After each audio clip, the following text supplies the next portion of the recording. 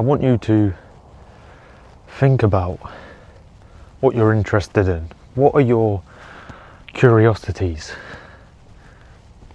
A lot of us have never thought about what our curiosities actually are. We almost just follow them. We don't really think about what they are. We don't even know what our deep interests are and what really, I guess, gives us energy and enthusiasm. We might see it when we do certain things, or you might have certain, things you enjoy, but things which actually make you feel alive, and especially learning about certain things, that is something which I don't think a lot of us really tap into a lot, especially in this modern world. We don't tend to really have time in silence anymore. We don't go out and walk. We neglect silence and being alone, solitude, being outside alone, on a walk, or even in your room, just on your own, in some form of silence, or with just some steady music on. We don't really slow down, and we don't really stop stimulation. We always have stimulation in front of us. We're always thinking about being stimulated in the form of watching something, or something we've heard on TikTok or on Instagram, or we're with people who are constantly stimulating us. We live in an age where this is normal to do this, and it's not normal to, for example, do what I'm doing now. Go on a walk on your own and think, and try to, I guess, silence those distractions, which I still indulge in as well, but just to have time away from that on your own, you can really start to feel more, you find yourself in a sense. You observe yourself. You have these thoughts that come into your mind that maybe are due to what you've watched and what you've heard and all of that, but you can almost play with them in your own way. You can go into them and look into them and think about them more in a way which you wouldn't if you stayed indoors on your phone, consuming more stimulation. So what's my point with that? You find your interests, you find your things, your tools of joy when you become silent. And I don't mean you have to be silent and stay, for hours upon hours. You have to build that up if you want to do that, or you can just do it depending on who you are. But a lot of us, we can't just go straight into that. I just mean you need some silence to really reflect on these interests and find them, explore them. But when I'm talking about in a contemplative way. So like you're just thinking about what you're interested in. You don't have to do it, but you're thinking about it, which then can stem to action towards those interests.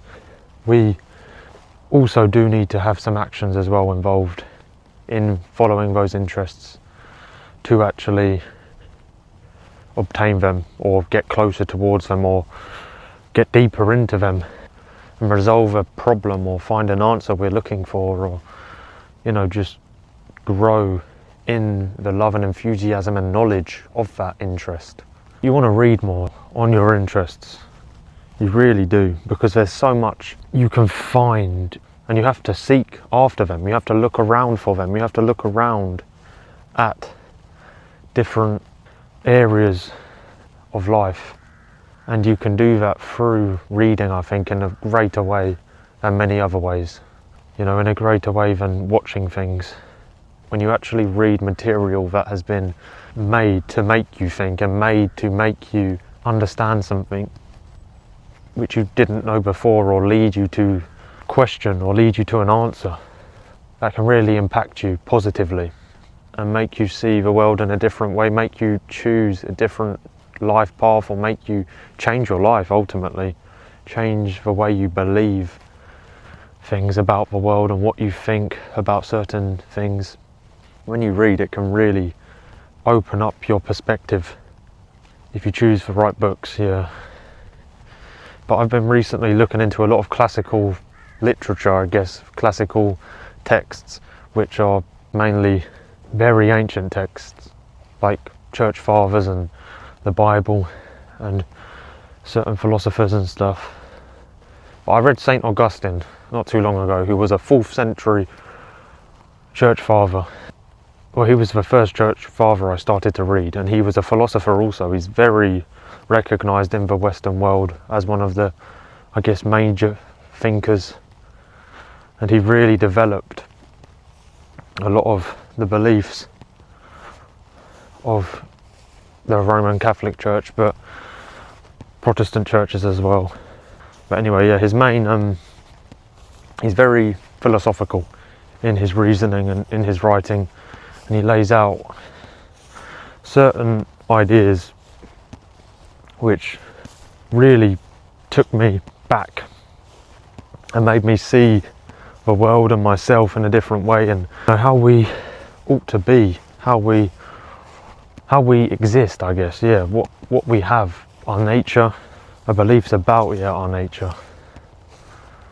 And I didn't really recognise them at the time, like how deep it was and how much it was, I guess, going to help me in my life, and how much it was going to teach me, or what you were going to take away from it. Sometimes when you read things, you don't really take everything away straight away.